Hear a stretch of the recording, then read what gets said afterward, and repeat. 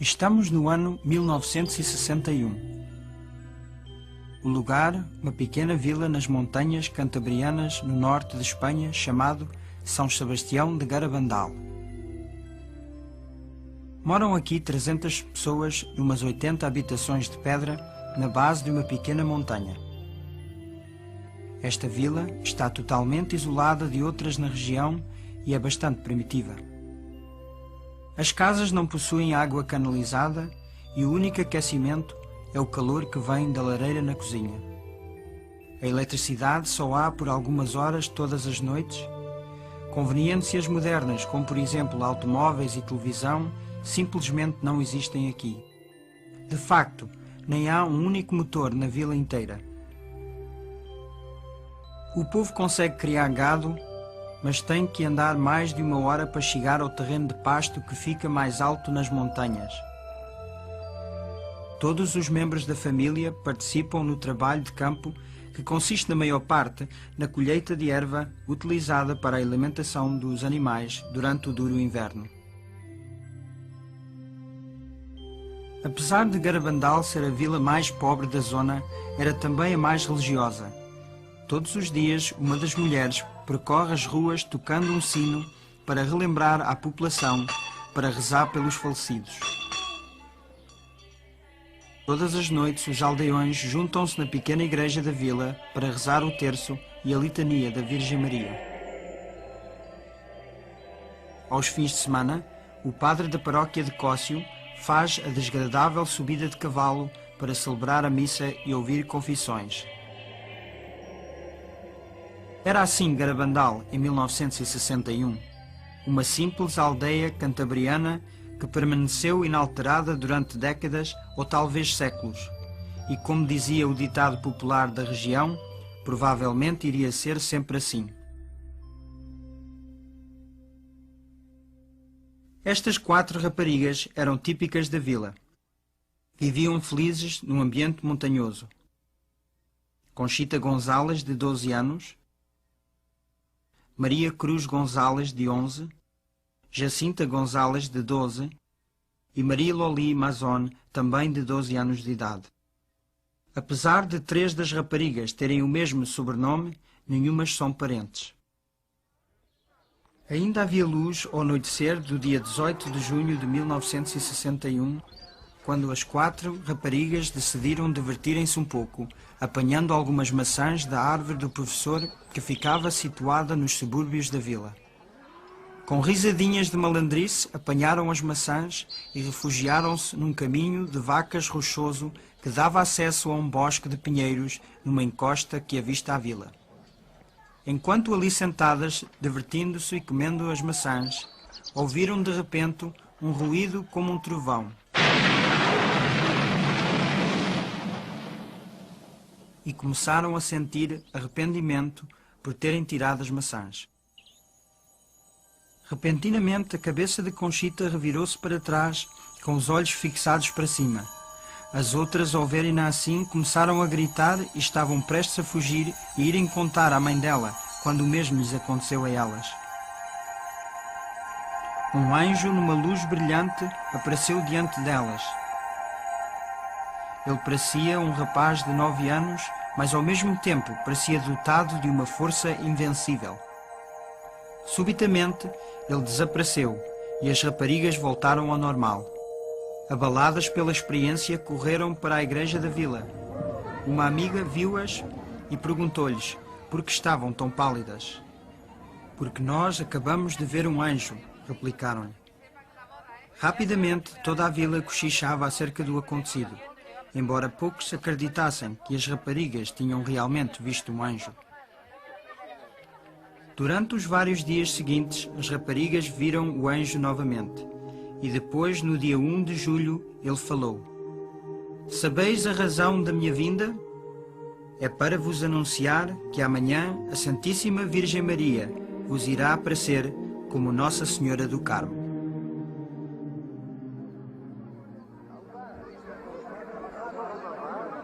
A esta altura já tinham espalhado notícias das aparições por todas as redondezas, e no dia 2 de julho, um grande número de pessoas, esperava a prevista visão da Virgem Maria às raparigas. Mais ou menos às 6 da tarde, as raparigas iam a caminho do sítio do costume das aparições, quando repentinamente caíram de joelhos sobre as rochas. Numa luz brilhante, elas viram uma senhora linda entre dois anjos. Um dos anjos elas reconheceram como aquele que tinham visto várias vezes. Mais tarde, vieram a saber que era nada mais que o arcanjo São Miguel. Na parte de cima direita estava um grande olho dentro de um triângulo, ao qual as raparigas chamaram o Olho de Deus.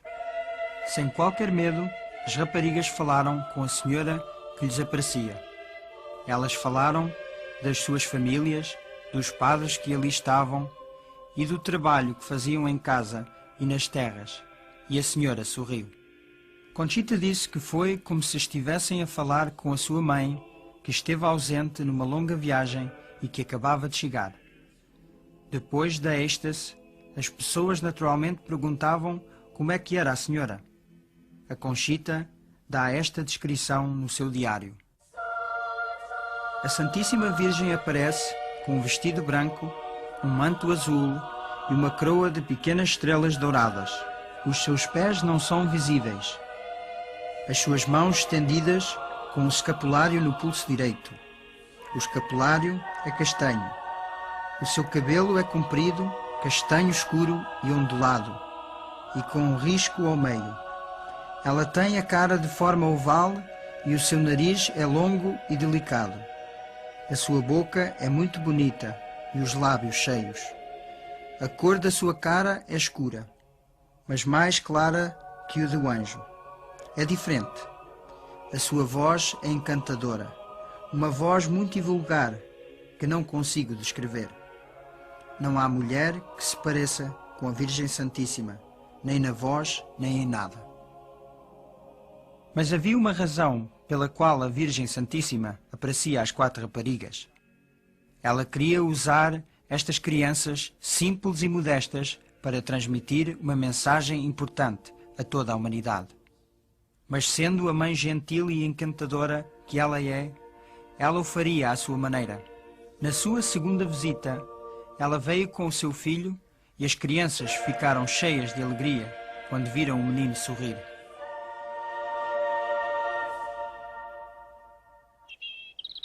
Nestas primeiras aparições, as raparigas foram vistas a levantarem para cima pequenas pedras. Elas disseram que a Virgem Santíssima as beijou, mas acrescentaram que preferia beijar objetos religiosos. As pessoas corresponderam ao darem-lhes os seus terços, medalhas, crucifixos e alianças de casamento, uma prática que continuaria por todo o evento. No dia 4 de julho, a Virgem Maria revelou a sua mensagem às raparigas, mas disse-lhes para não a anunciarem até ao dia 18 de outubro.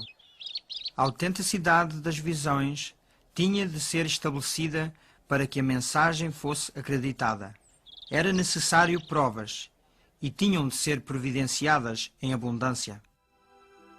As raparigas foram testadas por médicos no estado de êxtase. Eles acharam-nas rígidas, frias como pedras e insensitivas à dor. Eles também tomaram conhecimento de uma incrível mudança de peso. 2 homens mal conseguiam levantar uma das raparigas do chão, apesar das raparigas facilmente levantarem-se umas às outras para que pudessem beijar a senhora das suas visões. As raparigas sabiam quando iam ter as aparições por uma série de 3 chamadas interiores que aumentavam progressivamente.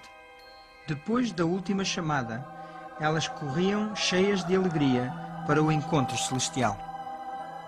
As chamadas podiam vir a qualquer hora do dia ou da noite, mas se as raparigas fossem para a cama, então a Virgem não vinha. Conchita tinha de estar até tarde muitas noites, esperando pela última chamada da Virgem.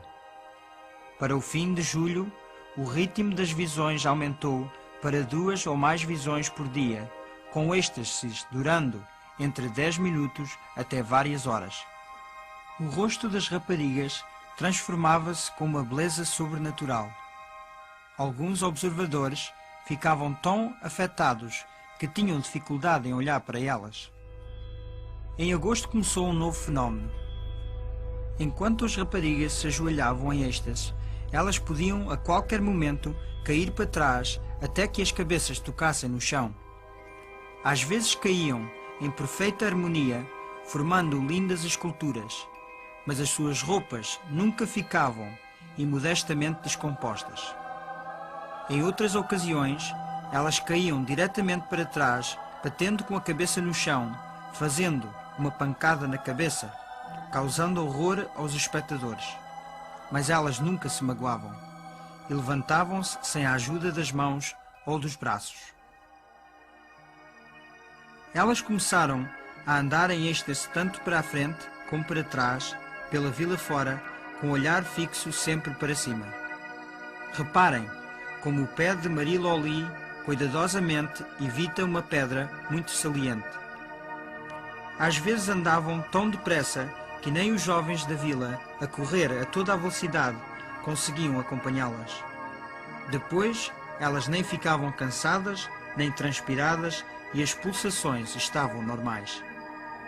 Durante estes voos estáticos, conseguiam fazer uma paragem brusca, contrariando todas as leis da natureza, enquanto que os que estavam a tentar acompanhá-las, levados pela velocidade, continuavam a correr, passando por elas. As raparigas traziam sempre crucifixos nas mãos, que ofereciam aos espectadores para que eles venerassem. Elas nunca sabiam quem estava a beijar o crucifixo, porque em êxtase não conseguiam ver ninguém, a não ser a visão e a elas mesmas. Por ordem da Virgem, elas estendiam o crucifixo para quem a Virgem quisesse que o beijasse. Depois de uma êxtase, Conchita descobriu que um que tinha beijado o crucifixo era um padre vestido à leigo.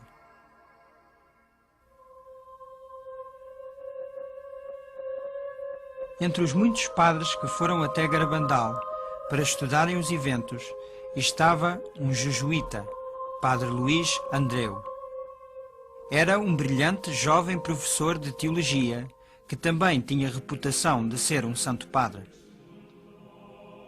O Padre Andreu foi um pouco duvidoso na sua primeira visita, mas depois de cuidadosamente estudar as raparigas em êxtase, ele compreendeu que algo sério estava-lhes a acontecer. No dia 8 de agosto de 1961, o Padre Andreu fez outra visita à vila. Nessa noite, ele estava entre a multidão, observando as raparigas em êxtase, no Bosque dos Pinheiros, onde muitas vezes as visões tinham acontecido. De repente, a cara dele ficou tensa. Gotas de transpiração formaram-se na sua testa e ele gritou: "Milagro! Milagro! Milagro! Milagro!" A viagem de regresso, com amigos durante as primeiras horas da manhã seguinte, ele disse: "Que prenda que a Virgem me deu! Que sorte que nós temos em ter uma mãe assim no céu! Este é o dia mais feliz da minha vida." Ele depois tossiu levemente e deixou cair a cabeça até ao peito. O Padre Andreu estava morto. Numa visão posterior, a Virgem Santíssima disse às raparigas que no dia 8 de agosto o Padre Andreu não tinha só visto a Virgem, como também teve uma visão do futuro grande milagre. Um dos lugares que as raparigas em êxtase visitaram com mais frequência foi a igreja da vila, na qual entravam e rezavam diante do sacrário. Infelizmente, isto criou problemas. As multidões que as seguiam para dentro da igreja causavam perturbação de tal modo que uma proibição diocesana teve de ser imposta e as portas da igreja foram trancadas. A partir daí, as raparigas faziam as visitas de fora das portas fechadas.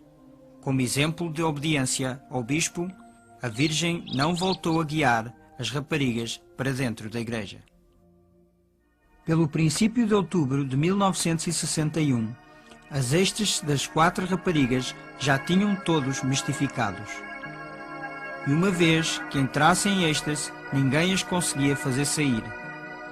Elas foram beliscadas, espetadas com alfinetes, queimadas com pontas de fósforos quentes e vazaram areias nos olhos delas, tudo sem efeito.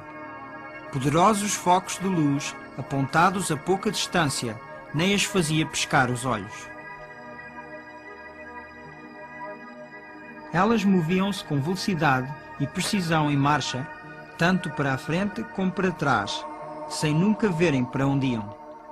Especialmente impressionante era a descida noturna, de costas, desde os Pinheiros até à vila em grande velocidade. Milhares de vezes as raparigas devolviam artigos aos donos corretos, sem nunca se enganarem. E elas faziam isto sem olhar para o objeto ou para a pessoa. Estes objetos eram geralmente amontoados numa mesa em casa de uma das raparigas quando elas não estavam presentes. Às vezes, os terços e medalhas com fios enrolavam-se todos. Mas isso não representava problema.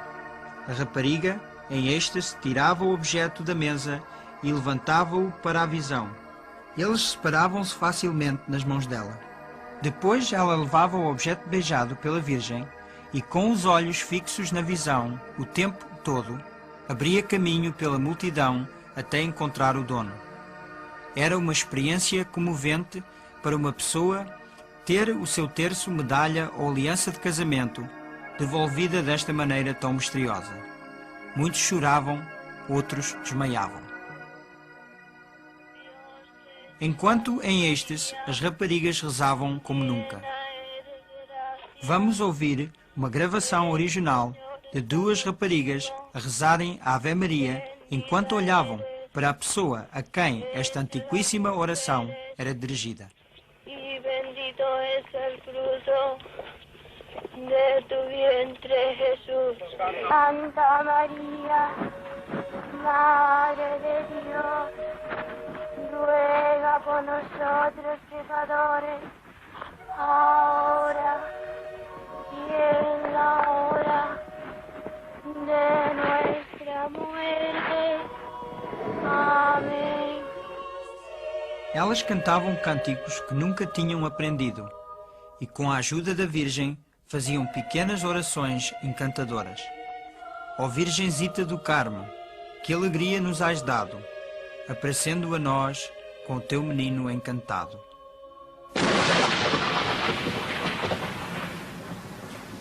18 de outubro finalmente chegou, o dia em que as raparigas tinham de anunciar a tão esperada mensagem da Virgem Santíssima. Era um dia de sons apocalípticos, como trovões e relâmpagos, muito frio e chuva. Mesmo assim, centenas de pessoas fizeram o sacrifício de ali estarem presentes neste dia tão importante. O tempo passou, muitos foram embora. Finalmente, a mensagem foi lida em voz alta nos Pinheiros àqueles que ainda ali permaneciam. Temos de fazer muitos sacrifícios, fazer muita penitência e visitar o Santíssimo com frequência. Mas primeiro temos de proceder a uma boa vida. Se não o fizermos, um grande castigo cairá sobre nós. O cálice já está a encher, e se não nos emendarmos, um grande castigo cairá sobre nós. Muitos foram embora desapontados, porque esperavam mais, mas essa era a mensagem, curta e direta. A mais carinhosa de todas as mães acabou de dizer aos seus filhos, em linguagem simples, o que eles devem fazer para evitar um castigo de Deus, que de longe ultrapassava qualquer castigo que o homem pudesse causar a si mesmo. As êxtases das raparigas continuaram durante os meses de inverno. As chamadas vinham a qualquer hora do dia ou da noite. A Virgem Maria estava absolutamente séria sobre a penitência e sacrifícios que tinha pedido na sua mensagem. Mas assim que as raparigas entravam em êxtase, elas não sentiam nada. Num dia de forte tempestade de neve, formou-se nos braços estendidos da Conchita cumos de neve. Ela não se apercebeu disso, De uma outra vez, saltou-lhe granizo para os olhos bem abertos, sem a afetar. Durante toda a primavera e pelo verão de 1962, as visitas da Virgem Santíssima e de São Miguel continuaram. Se na vila não estivesse um padre disponível para dar comunhão às raparigas, São Miguel trazia-lhes comunhão invisível. Ele ensinou-as a receber comunhão com reverência. Primeiro preparação, depois comunhão e depois ação de graças. Mas os padres estavam duvidosos acerca destas comunhões invisíveis. Como é que elas podiam receber comunhão de um anjo, quando só um padre é que tinha o poder de consagrar? As raparigas perguntaram ao anjo. Ele disse-lhes que tirava as hóstias de sacrários na terra. Não havia lugar na terra que minimamente se compara-se com Garabandal a esta altura. A Virgem Santíssima parecia ter-se apoderado de toda a vila. Conduzia as raparigas em êxtase por todas as ruas abaixo. Às vezes cantavam o terço conforme marchavam com todas as pessoas que as seguiam. Todas as casas eram visitadas. Quando as raparigas em êxtase visitavam a casa de alguém que estava doente na cama, ajoelhavam-se e rezavam e ofereciam o crucifixo à pessoa doente. Se fossem à casa de uma viúva, elas rezavam orações diante de uma fotografia do falecido, ou faziam o sinal da cruz na almofada da cama vazia. Elas também iam ao cemitério e estendiam o crucifixo pelas barras de ferro do portão. Nesta pequena vila na montanha espanhola, eventos de grande significado eram desvendados.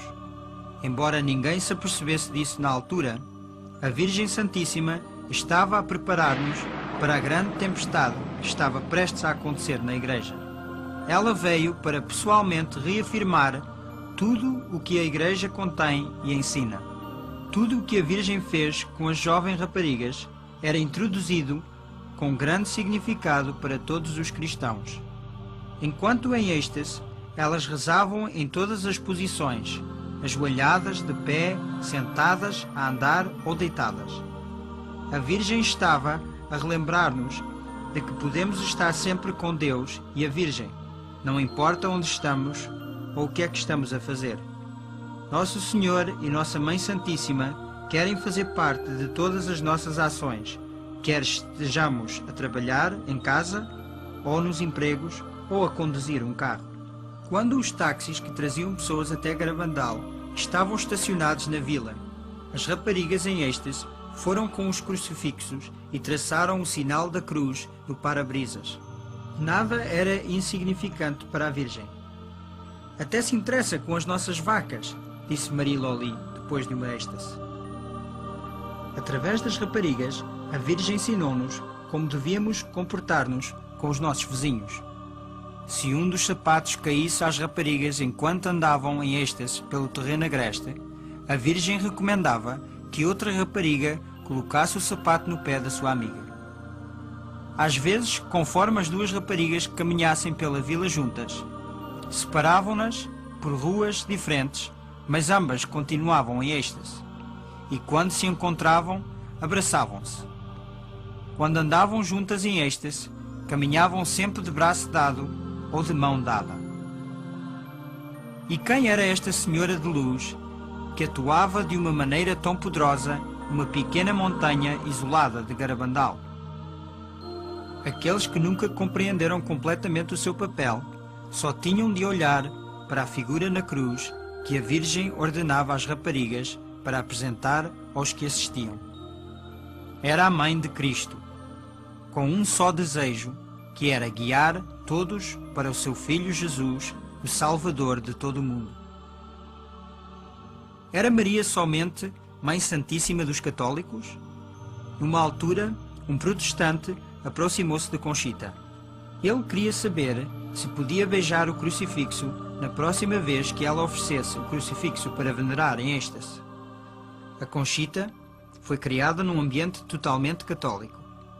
Ela ficou preocupada acerca deste pedido e mencionou à Virgem Santíssima quando apareceu. A Virgem olhou para o homem e disse: "Ele também é meu filho." e, servindo-se como fazia da jovem rapariga, fez com que o crucifixo fosse levado até aos lábios do homem. Para as raparigas, tudo o que elas estavam a sentir deve ter parecido como provar um pouco do céu. Mas ainda não era o céu. As crianças, assim como todos nós, ainda tinham de viver no verdadeiro mundo, um mundo que piorava progressivamente a cada dia que passava. Dia 19 e 20 de junho de 1962 seriam 2 noites muito difíceis de esquecer na história de Garabandal. As raparigas foram ouvidas gritando de terror. O véu foi levantado e elas tiveram permissão de olhar rapidamente para uma visão de eventos futuros. Elas viram desordem em todo o lado, com a igreja a ser perseguida num mundo dominado por comunistas. A Virgem disse às raparigas que quando chegasse ao seu pior ponto, que Deus enviaria um aviso sobrenatural que seria visto e sentido por todos no mundo. Depois, mesmo estando na presença da Virgem Santíssima, elas ficaram apavoradas ao verem cenas do futuro castigo que Deus enviaria se o mundo não se emendasse depois do grande sinal e milagre. Embora a alguma distância das raparigas, como a Virgem tinha pedido, os aldeões que lá estavam, e isso quer dizer quase todos, estavam tão comovidos pelos gritos das raparigas que no dia seguinte toda a vila foi à confissão e comunhão.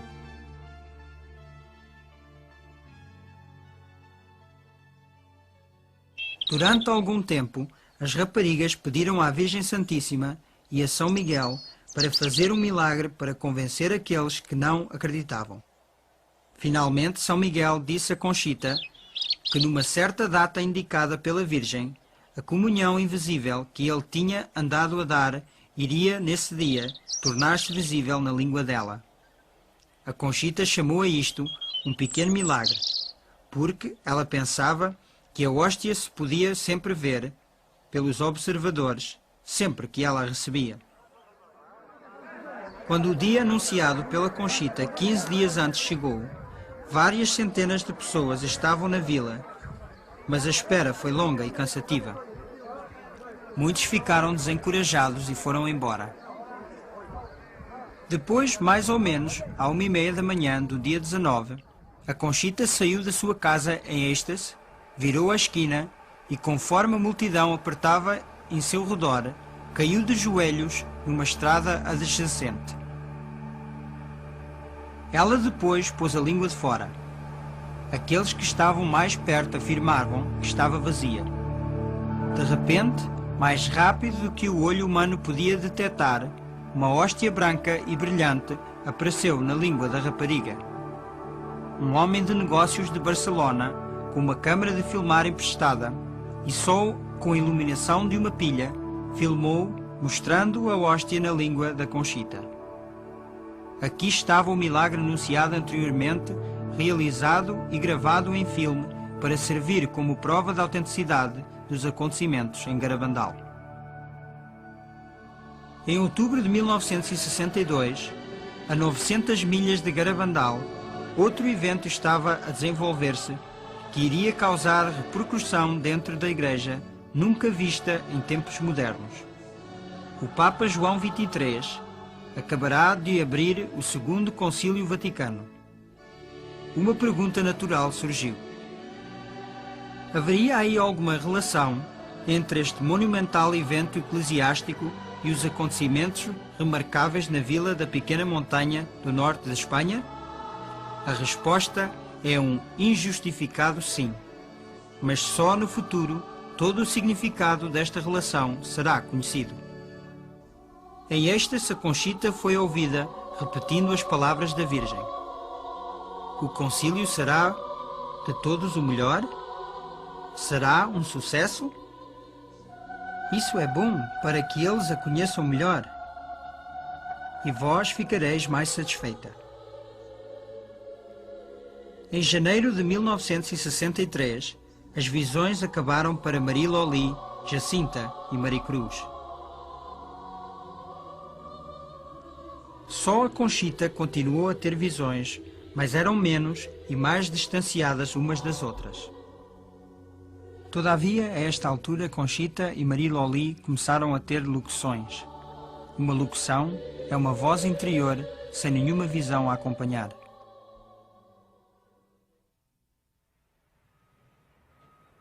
Em 1947, Joey Lomangino perdeu a vista e o olfato num monstruoso acidente que lhe separou os nervos ópticos e olfáticos.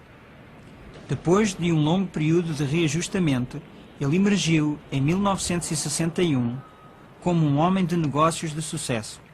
Mas extremamente cansado de tanto trabalho, o médico aconselhou-o a tirar umas férias para a Europa. E então deixou a sua casa em Lindenhurst, Nova York, com familiares e foi visitar o seu tio no sul da Itália.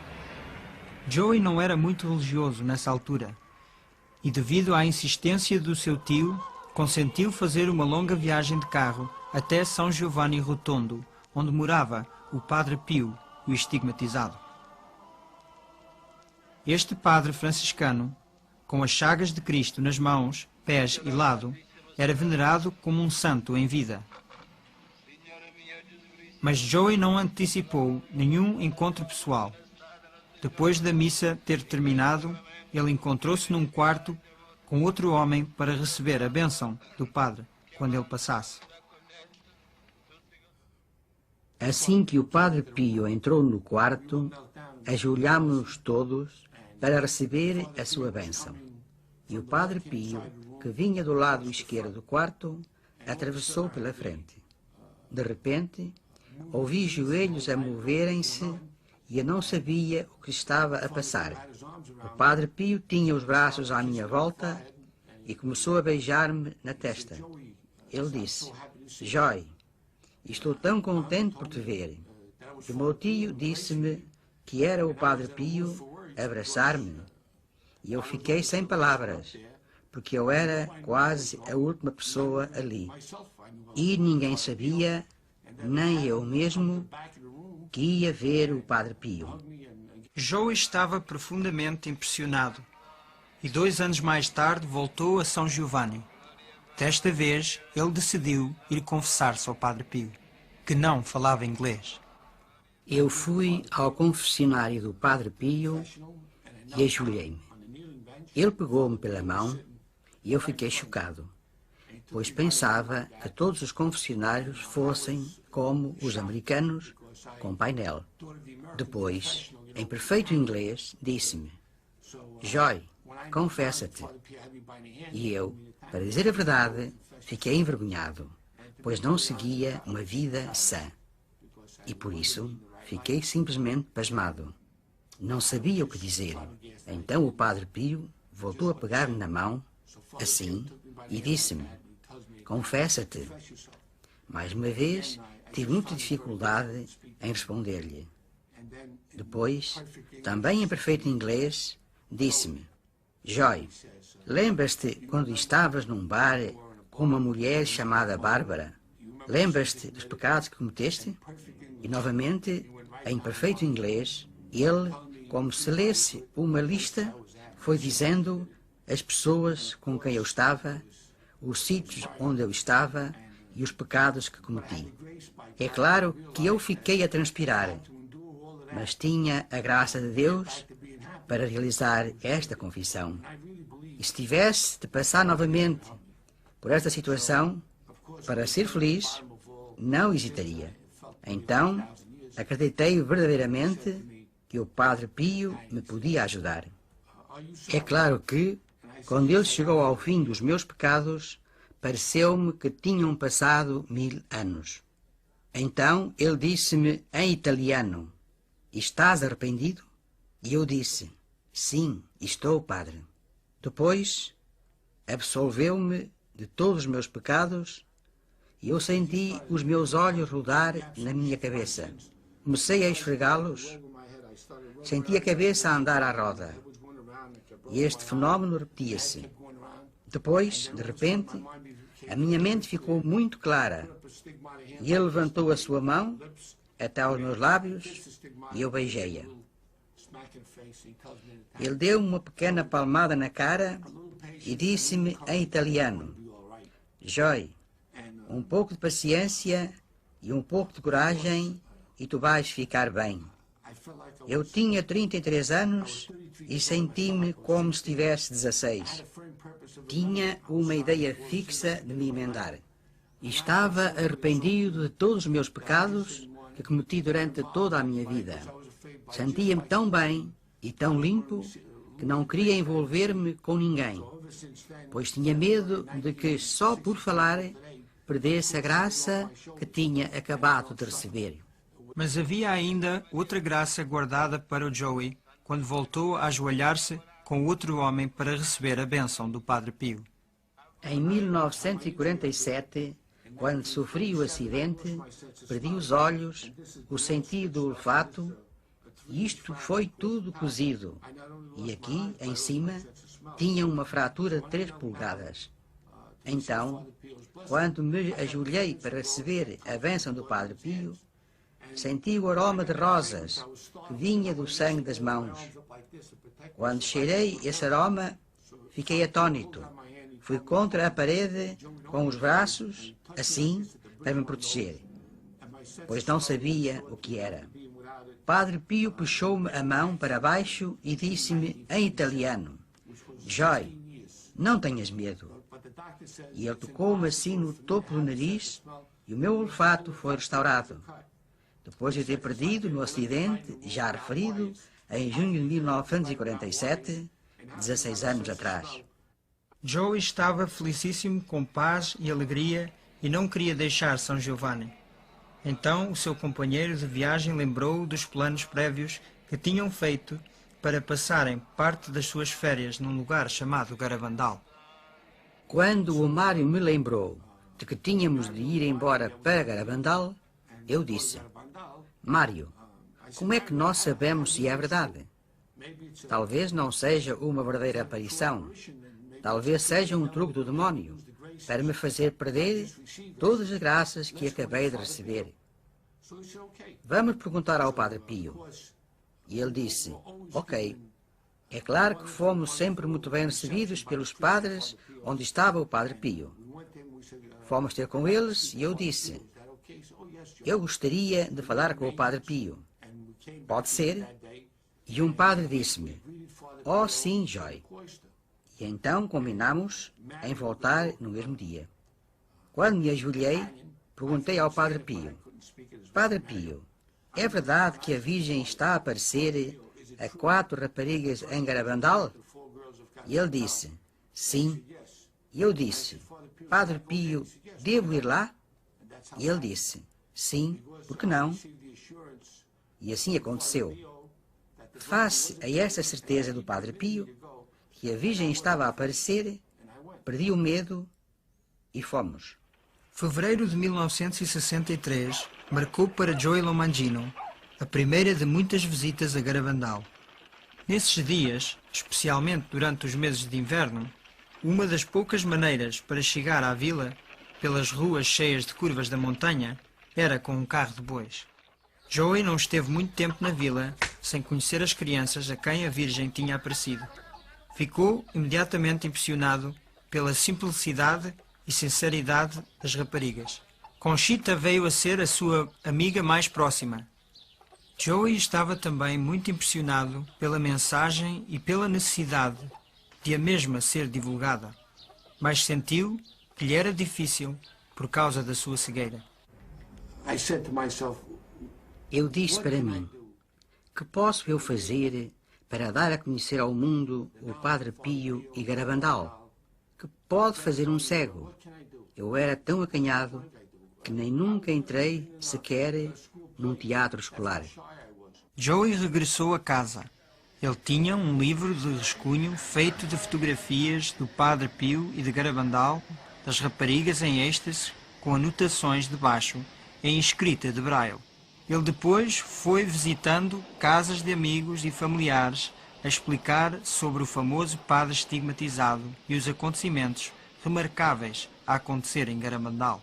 Janeiro de 1965 abriu para a Conchita com um êxtase de 2 horas nos Pinheiros, na qual a Virgem revelou a natureza do aviso que Deus iria mandar para purificar o mundo em antecipação do grande milagre que seguiria.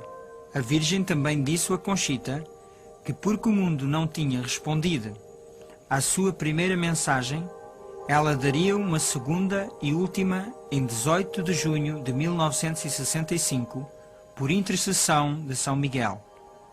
Vamos agora observar os grandes eventos declarados em Garabandal. Primeiro virá o aviso. Será visto no céu e sentido interiormente por todos na terra. Ninguém escapará a ele. Numa altura no não muito distante futuro, quando o mundo está no meio de uma grande desordem, tudo será suspendido. Nesse momento, todos verão o mal que fizeram e o bem que não fizeram. Será extremamente doloroso. As pessoas preferirão morrer do que passarem por isso, mas não causará danos físicos. Se alguém morrer, será só pelo susto da experiência. O aviso servirá como uma purificação para corrigir a consciência do mundo e prepará-la para o grande milagre. O milagre ocorrerá no Bosque dos 9 Pinheiros. Ocorrerá numa noite de quinta-feira, às 8h30 no dia, ou entre os dias 8 a 16 de março, abril ou maio. A Conchita sabe a data e avisará com 8 dias de antecedência. Será no dia da festa de um mártir da Eucaristia e coincidirá com um grande evento eclesiástico na igreja. Todos os que estiverem na vila ou arredores das montanhas verão o milagre. Os doentes presentes serão curados. Os pecadores convertidos e os incrédulos acreditarão. Será o maior milagre que Jesus já alguma vez fez no mundo. A Rússia será convertida em resultado do milagre. Um sinal sobrenatural, permanente, permanecerá visível nos pinheiros até ao fim do mundo. Se depois do milagre o mundo não se emendar, Deus enviará o castigo. Será muito pior que qualquer coisa que o homem pudesse causar a si mesmo. O castigo será de acordo com aquilo que o homem merece pelos seus crimes.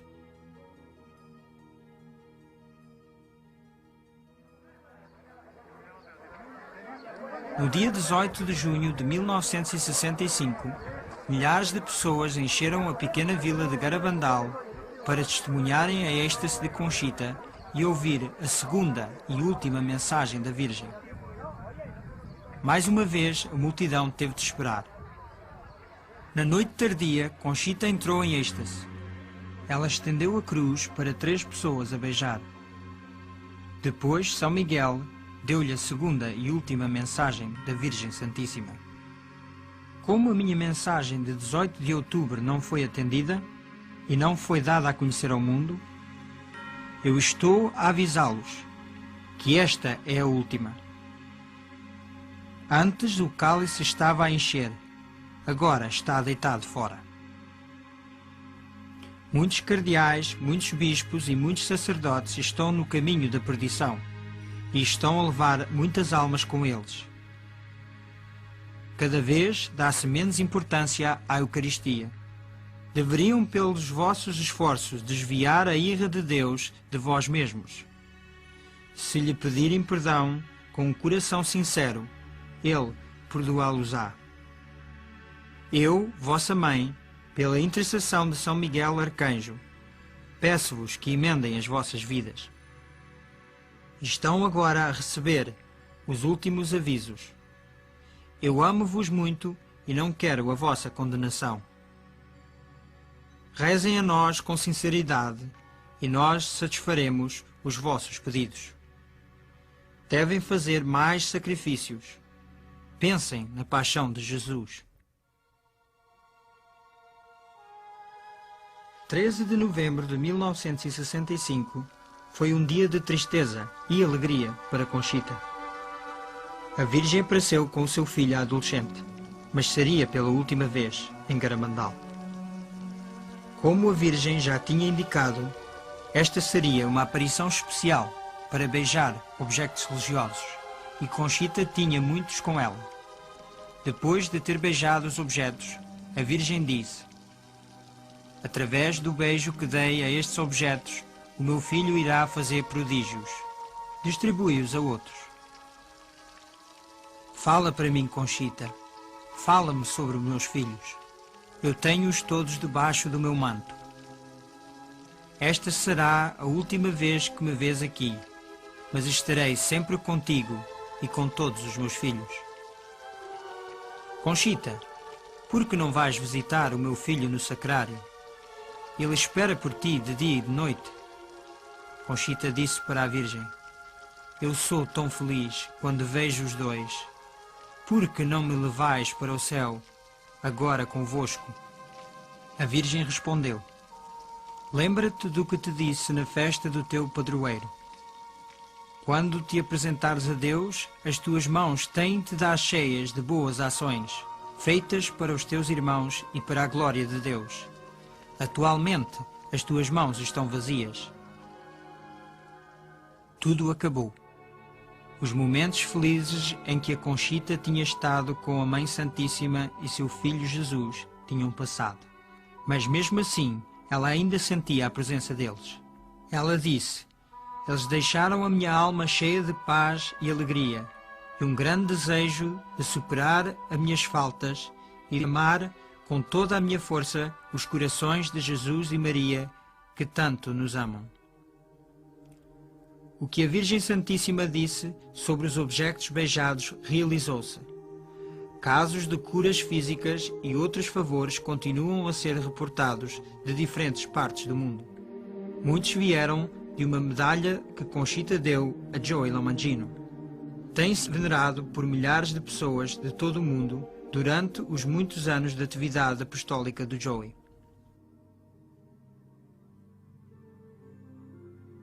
E o que é que a ciência médica tem a dizer dos eventos em Garabandal? Mais de 40 médicos examinaram as moças em diferentes ocasiões. O pediatra Celestino Ortiz estudou-as durante 22 dias consecutivos. Fora de êxtase, achou-as normais e de perfeito juízo. Das suas êxtases, ele disse: permanecer calado seria verdadeira cobardia científica. Não encontramos nenhuma explicação convincente para tal fenómeno. Dr. Ricardo Puncernau era um neuropsiquiatra no topo da sua profissão, conhecido internacionalmente. Ele fez a mais extensiva série de testes nas raparigas durante um período de 12 dias. Quais as conclusões dele? A quantidade e qualidade do fenómeno eliminou qualquer explicação natural. Ele disse: de um ponto de vista estritamente científico, ninguém pode negar a possibilidade de uma causa sobrenatural em todo este fenómeno. Outro distinto psiquiatra ligado aos eventos é o Dr. Luís Morales. Em 1961, ele tinha a sua própria clínica em Santander e o bispo nomeou o chefe de uma comissão de médicos examinadores formada para estudar as reportadas aparições. Nessa altura, ele não acreditou que os eventos fossem de origem sobrenatural. Mais tarde, este mesmo Dr. Morales deu notícias de primeira página quando reverteu a sua posição original. Em 30 de maio de 1983, ele deu um discurso público com permissão do bispo na maior sala de conferências de Santander.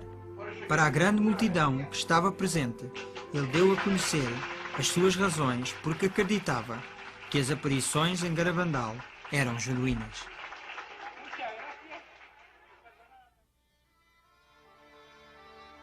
Desde os primeiros dias das aparições, as moças queriam entrar na vida religiosa, mas não era para ser. Enquanto assistiam ao colégio interno das Carmelitas Missionárias em Pamplona, a Conchita teve uma locução com Jesus. Jesus disse-lhe que não era seu desejo que ela se tornasse uma religiosa, mas que ficasse no mundo para falar acerca de Maria. Hoje, todas as 4 videntes estão casadas.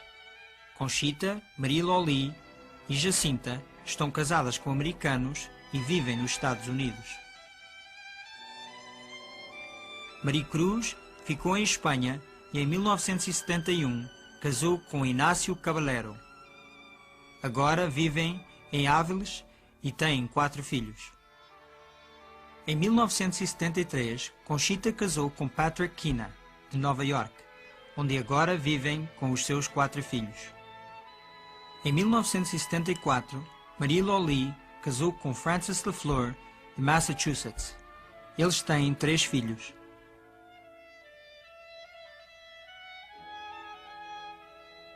Em 1976, Jacinta casou com um marinheiro dos Estados Unidos chamado Jeffrey Moynihan, da Califórnia. Eles agora têm uma filha. Em 1977, com a idade de 47 anos, Joey Lomangino surpreendeu todos no apostolado do Garabandal, casando com Marilyn Luther, de Michigan. Joey continua com o seu trabalho apostólico em Nova York como marido e pai de 2 filhos, Joseph e John. A maior razão pela Virgem ter aparecido em Garabandal era para entregar uma mensagem. Mas para além desta mensagem em 2 partes, tais fortes ênfases foram dados a certos assuntos que carregavam a sua própria mensagem. A sublime importância da Sagrada Eucaristia foi acentuada por São Miguel, dando às moças comunhão invisível e operando o milagre da hóstia visível, assim como também as suas muitas visitas ao Santíssimo Sacramento. Foi notado que durante estas visitas as raparigas nunca viraram as costas ao sacrário, chegando mesmo ao ponto de saírem da igreja a andar para trás.